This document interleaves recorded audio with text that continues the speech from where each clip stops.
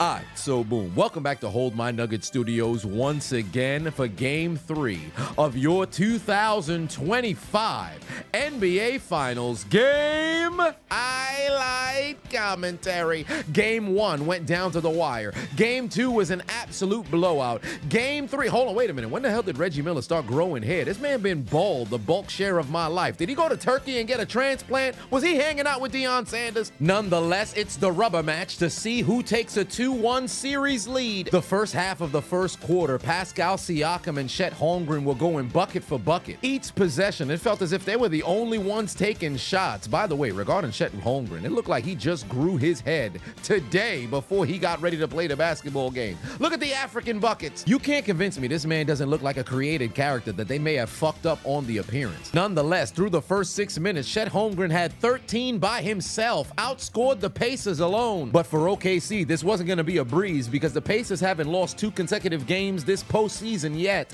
Boom! Osama bin Burton for 3. Lou Dort got so much arch in his jump shot, you might as well post it on OnlyFans. Hold on, Obi Toppin with the footwork. To the second quarter we go, and the white powers activated for the Pacers as TJ McConnell was making all kinds of plays. He'd find Pascal Siakam. Then on the offensive rebound, he'd find Mathurin inside for the layup. The Pacers would go on a run. Mathurin came off the bench with his game sliders all the way up. He'd put in a 3. The Pacers would take the lead. This man would end the day with 27 points. Midway through the second quarter, Isaiah Joe would connect on back-to-back threes. That didn't mean a damn thing because Mathurin kept it going with an and one, but the Hal-Queda from Hal-Queda would continually stop Oklahoma City's momentum as the Pacers would maintain their lead going into the break. TJ McConnell would activate his Caucasoid powers with a pull-up jumper to give the Pacers a 4-point lead. OKC would kick off the second half with a little run to regain the lead, but that terrorist would put it to a stop. Osama bin Burton was the most aggressive he was all game, refused to be denied, getting it done on the offense and the defensive end. It didn't matter if the MVP would put in a 3.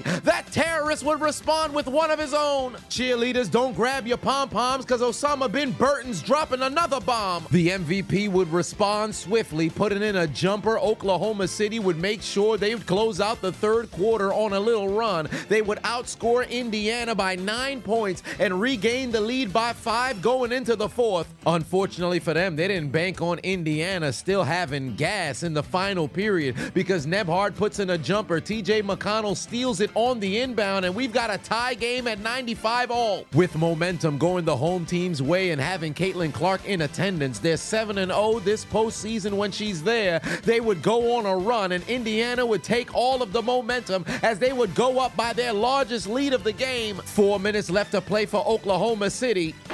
Get that shit out of here. Best record in the league, that doesn't matter today. Neesmith connects on a 3. Chet Holmgren, get that weak shit the fuck out of here. Under 2 minutes left to play. Man's out here looking like he came straight from the Diddy party. Rolling bowls off his legs. Turnover from Oklahoma City. Pascal Siakam would take the dead Nemeki into the funeral home and put the nail in the coffin as Indiana pulls off the upset, wins at home in Game 3, and takes a 2-1 series lead over the Oklahoma City Thunder. Clap, Reggie. This the closest you'll ever get to a championship since you've retired, as they would tell the Thunder to take out their Metro card and get aboard the L train. You lose. Failure. Fresh hot ales.